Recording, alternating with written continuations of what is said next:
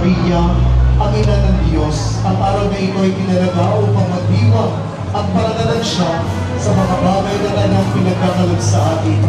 Sa ating pagpuposisyon at ipinapahayag ang ating patamis sa pagmamahal kay Maria.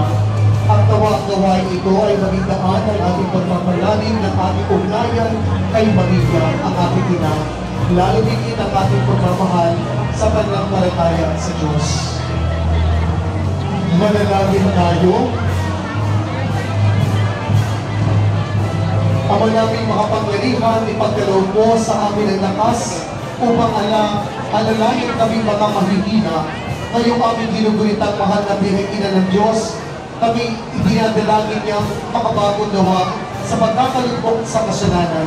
Inilig namin ito sa pamamagitan ng Kristo kasama ng Espiritu Santo magpa sa walang hanggan. Amen. Ang panalangin ng pagpapaspas para sa mga puon na ating ipoposisyon.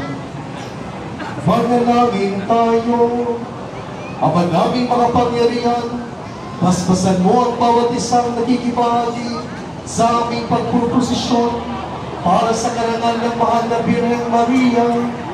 Paspasan mo ang mga imahan na nasa harapan namin, ang mga bulaklak na ito, mga kandilang hawak na yung mga anak, at lahat ng mga gamit devosyonal. Nawa sila at ang mga devosyonal na bagay na ito ay magigda ng kanilang pagpapalalim ng kanilang pananampalataya sa iyo, lalo higit sa kanilang magaling ng pagmamahal kay Maria, ang ina ng Sabelang Cristiano, ang Birhen ng Santo Rosario.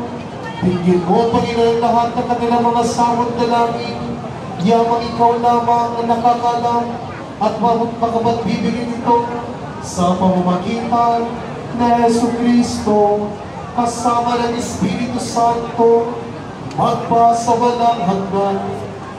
Amen.